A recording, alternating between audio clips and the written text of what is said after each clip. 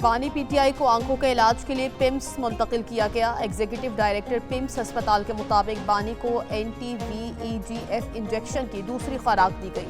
ماہر ڈاکٹروں کے بورڈ نے بانی پی ٹی آئی کا طبی معائنہ کیا۔ ڈاکٹرز نے بانی کے دل کے ٹیسٹ، ایکو اور ECG نارمل قرار دیا۔ ڈاکٹرز کے مطابق بانی پی ٹی آئی کی طبی حالت مستحکم رہی۔ ماہر آئی سرجنز نے انجیکشن کا عمل مکمل کیا۔ انجیکشن کا عمل ڈے کیئر سرجری کے طور پر کیا گیا۔ بانی کو ہدایات کے ساتھ ہسپتال سے ڈسچارج کر دیا گیا۔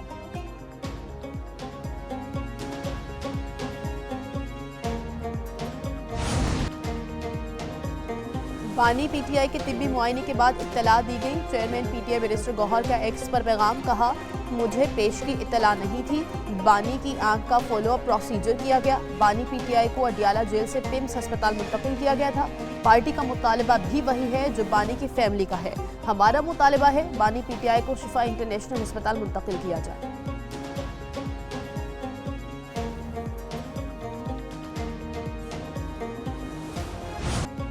پاکستان نے افغانستان میں دہشت گردوں کے ٹھکانوں کو نشانہ بنایا۔ خفیہ اطلاعات پر افغانستان کے 3 صوبوں میں مختلف مقامات پر حملے کیے۔ وزیر پارلیمانی امور طارق فضل چودھری کا سینٹ اجلاس میں اظہار خیال، کہا اب ہم صرف جنازے نہیں اٹھائیں گے، بھرپور جواب بھی دیں گے۔ ایک ایک شہید کے خون کا بدلہ لیا جائے گا۔ دہشت گردی کے واقعات میں افغان باشندے ملوث ہیں۔ پاکستان امن چاہتا ہے، ملک کی سلامتی پر کوئی سمجھوتا نہیں ہوگا۔ پاکستان نے بار بار افغانستان کو بارڈر پار نظر اندازی سے متعلق آگاہ کیا۔ ترلائی، بنوں اور باجوڑ میں حملوں کے تانے بانے افغانستان سے ملتے ہیں۔ سینٹ میں بنوں اور باجوڑ میں شہید اہلکاروں کے لیے دعا کی گئی۔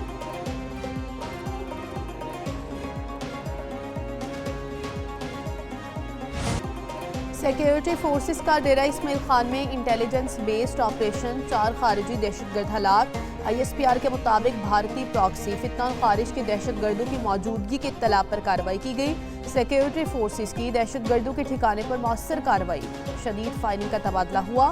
وزیر اعظم شہباز شریف کا 4 دہشت گردوں کو ہلاک کرنے پر سیکیورٹی فورسز کو خراج تحسین، کہا عزم استحکام کے ویژن کے تحت سیکیورٹی فورسز دہشت گردی کے خلاف کامیابیاں حاصل کر رہی ہیں، ملک سے دہشت گردی کے مکمل خاتمے کے لیے پرعزم ہے۔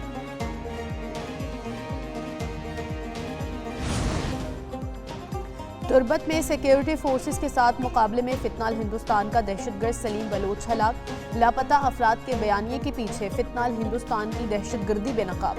31 جنوری کو بلوچستان میں فتنہ ہندوستان کے حملوں میں سلیم بلوچ لاپتہ افراد کی فہرست میں شامل تھا۔ فتنہ ہندوستان اور را سے منسلک سوشل میڈیا اکاؤنٹس نے ہلاکت کی تصدیق کی۔ مہرنگ، لانگو اور دیگر نام نہاد انسانی حقوق کی تنظیمیں دہشت گردوں کو لاپتہ قرار دے کر پروپیگنڈا کرتی ہیں۔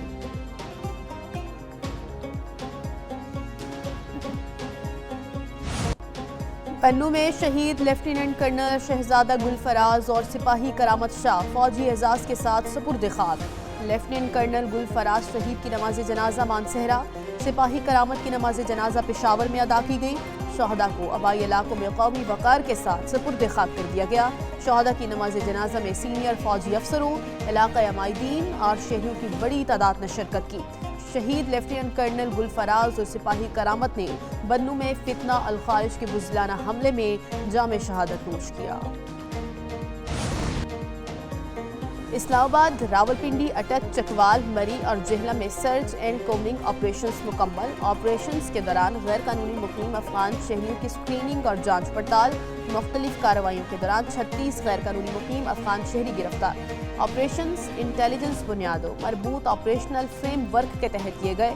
اسلام آباد میں آپریشن کے دوران 7 غیر قانونی افغان شہری گرفتار۔ راولپنڈی میں سرچ آپریشن کے دوران 27 غیر قانونی افغان شہری گرفتار۔ جہلم میں سرچ آپریشن کے دوران 2 غیر قانونی افغان شہریوں کو حراست میں لے لیا۔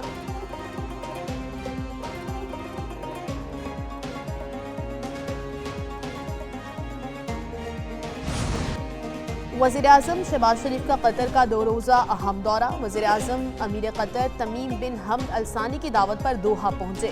قطر کے وزیر مملکت خارجہ محمد بن عبدالعزیز اور پاکستانی سفیر محمد عامر نے وزیر اعظم کا استقبال کیا۔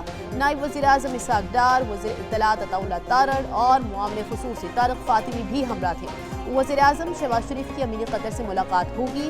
اقتصادی تعاون، توانائی کی شراکت داری اور عوامی تبادلوں کے متعلق تعاون بڑھانے پر بات چیت ہوگی۔